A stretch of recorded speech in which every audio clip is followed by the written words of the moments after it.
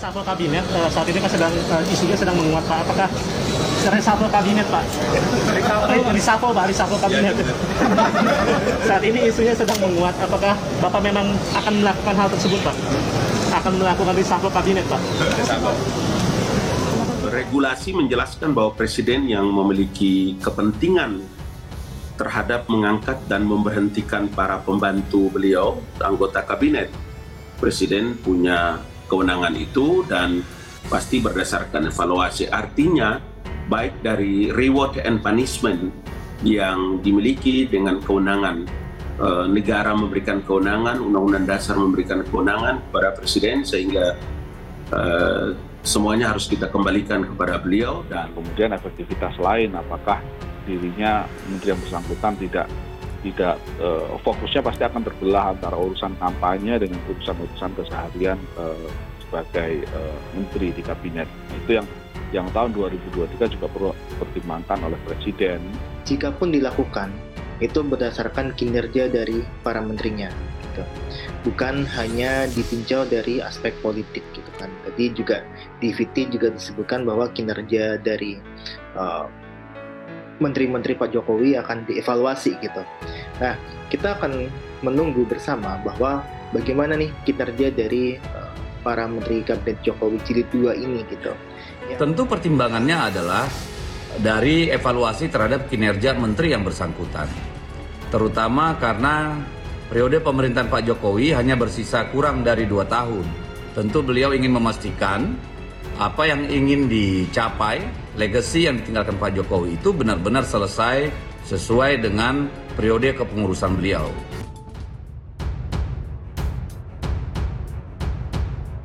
Isu 2 Menteri Nasdem bakal direshuffle. SLY, jabatan tidak kekal, besok bisa hilang. Menteri Pertanian Syahrul Yassin Limpo menyinggung soal ramainya pemberitaan terkait dugaan reshuffle 2 menteri dari Partai Nasdem. Syahrul juga mengaku tidak mempermasalahkan biar dirinya diganti oleh Presiden Jokowi. Hal tersebut disampaikan SYL saat menghadiri harmonisasi pegawai lingkup Dirjen Peternakan dan Kesehatan Hewan tahun 2022 di Bogor, Selasa siang 27 Desember 2022. Paling-paling kata Syahrul, jika dirinya dikeluarkan dari Kabinet Indonesia Bersatu pun bukan karena terjerat kasus hukum seperti misalnya korupsi. Namun yang membuat dia resah adalah meninggalkan pekerjaan yang belum diselesaikan. Salah satunya meningkatkan produksi kedelai di dalam negeri agar tidak ketergantungan kepada impor. Di sisi lain, ia juga berharap jajarannya di tahun 2023 agar semakin fokus meningkatkan produktivitas pertanian dan peternakan. Ketua Umum Partai Nasdem Surya Paloh meyakini bahwa Presiden Joko Widodo atau Jokowi tidak akan melakukan permobakan kabinet atau reshuffle menteri-menteri dari Partai Nasdem. Sebab menurut Surya Paloh, Jokowi tahu arti keberadaan Nasdem di dalam lingkaran pemerintahnya saat ini. Kendati demikian, jika Jokowi merasa Partai Nasdem sudah tidak memberikan peran penting dalam Kabinet Indonesia Maju dalam memilih untuk mereshuffle menterinya, maka parpol pimpinan Surya Paloh ini akan tetap menghargai keputusan tersebut. Setelah Siswono mundur, kini Enggar Tiasto Lukita nonaktif dari One Team Nasdem. Sekretaris Jenderal Partai Nasdem Johnny G. Plate mengakui bila kini Enggar Tiasto Lukita statusnya telah nonaktif dari jabatan Wakil Ketua Dewan Pertimbangan Partai Nasdem. Ia menjelaskan alasan Enggar Tiasto tak lagi menjadi one team Partai Besutan Surya Paloh itu lantaran yang bersangkutan sedang sibuk mengembangkan bisnis barunya. Menteri Komunikasi dan Informatika itu memastikan Enggar Tiasto masih menjadi kader Partai Nasdem. Dirinya bahkan masih sering berhubungan dengan Enggar Tiasto sebagai sahabat. Ia mengatakan pihaknya akan segera mengisi kekosongan posisi Ketua dan Wakil Ketua Dewan Pertimbangan Partai Nasdem. Sebab kedua posisi itu kosong setelah sebelumnya Siswono Yudhoyono mundur dari Ketua Dewan Pertimbangan Nasdem. Ia mengklaim pihaknya memiliki banyak kader yang berpeluang untuk mengisi posisi strategis di Dewan Pertimbangan Partai Nasdem. Menurutnya ada banyak calon yang bisa menggantikan Enggar Tiasto dan Siswono. Plate percaya Surya Paloh sudah menimbang mana calon pengganti yang cocok menggantikan Siswono dan Enggar Tiasto. Dia menyebut sosok itu harus cocok dengan situasi dan perkembangan politik terkini, baik secara internal maupun eksternal. Sebelumnya, Wakil Ketua Umum Partai Nasdem Ahmad Ali merespons kabar yang menyebutkan Ketua Dewan Pertimbangan Partai Nasdem, Siswono Yudhoyono mundur dari parpol Besutan Surya Paloh tersebut. Namun Siswono yang merupakan mantan Menteri Transmigrasi pada Kabinet Pembangunan 6 belum secara resmi menyampaikan pengunduran dirinya kepada DPP Partai Nasdem. Menjadi seorang kader parpol itu sifatnya sukarela, sehingga keluar masuknya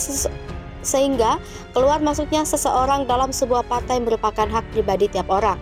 Oleh sebab itu, kata Ali, pihaknya menghargai keputusan Siswono untuk mundur. Anggota DPRD Indramayu dari Nasdem tempur jalur hukum untuk gugat partainya. Anggota DPRD Indramayu dari Partai Nasdem, Ruyanto, menempuh jalur hukum lewat pengadilan umum untuk menggugat partainya. Hal ini sering dengan kabar pergantian antar waktu dan dikeluarkannya Ruyanto dari keanggotaan Partai Nasdem. Di hadapan wartawan, politisi senior itu mencurigai adanya keganjalan terhadap kebijakan yang dibuat partainya pada setiap tingkatan. Menurutnya, usulan PAW yang diajukan dan dikeluarkan dirinya dari anggota partai tidak sesuai ketentuan. Terlebih lanjut, Ruyanto ia merasa tidak melakukan pelanggaran apapun. Jikapun melakukan pelanggaran, seharusnya ia mendapat panggilan untuk disidang oleh Mahkamah Partai. Kuasa hukum Ruyanto, Syamsul Bahri Siregar, mengatakan ia diberi kuasa penuh oleh Ruyanto terkait gugatan terhadap Partai Nasdem, yakni terhadap DPD Partai Nasdem Indramayu, DPW Partai Nasdem Jabar, DPP Partai Nasdem, dan Mahkamah Partai Nasdem. Dalam hal ini dia menjelaskan kliennya selama ini melakukan kewajiban dan tanggung jawab baik sebagai kader partai dan anggota DPD Indramayu, mulai dari menunaikan iur-iuran, merupakan kewajiban kepada partai hingga melakukan tugas dan fungsi DPD yang merupakan tanggung jawab terhadap konstitusinya. Akan tetapi, Ruyanto justru mendapat surat peringatan berisikan ia dituduh melakukan perbuatan indisipliner dari DPD Partai Nasdem Indramayu pertanggal 4 Februari 2022. Syamsul Bahri Siregar berpandangan DPD Nasdem Indramayu sudah mengabaikan hak konstitusional yang bersangkutan, dalam hal ini hak untuk membela diri. Kondisi itu, lanjut dia, juga bertentangan dengan Undang-Undang MD3 dan AD atau ART partai, yakni sebelum memberikan peringatan itu harus meminta klarifikasi dahulu dari yang bersangkutan. Di sisi lain, dari Partai Nasdem pun sebenarnya tidak dikenal istilah surat peringatan. Karena sanksi itu bentuknya teguran lisan dan tertulis, serta pemberhentian. Gugatan kedua dilayangkan untuk DPW Partai Nasdem Jabar dan gugatan ketiga terhadap DPP Partai Nasdem. Syamsul Bahri Siregar berpandangan DPW ikut terlibat konspirasi karena terlalu cepat memberikan keputusan. Surat peringatan itu diketahui tercatat tanggal 4 Februari 2022. Kemudian BPW membuat surat usulan PAW tertanggal 14 Februari 2022. Lanjut Syamsul Bahri Siregar, 2 hari kemudian pengurus harian di tingkat DPP Nasdem melakukan rapat untuk memutuskan bahwa Ruyanto melanggar atau indisipliner. Pak Ruyanto tahunya sebulan kemudian saat dipanggil Ketua DPRD. Untuk itu, berdasarkan ketentuan perundang-undangan, pihaknya pun memutuskan untuk mengajukan keberatan atas putusan DPP ke Mahkamah Partai. Namun setelah menunggu selama 2 bulan dan tidak ada tanggapan, pihaknya kembali berkirim surat lagi untuk meminta permohonan ditindaklanjuti. Setelah itu baru muncul surat balasan dari Mahkamah Partai yang berisikan untuk pengajuan harus dilakukan oleh Ruyanto dan tidak bisa diwakilkan oleh kuasa hukumnya.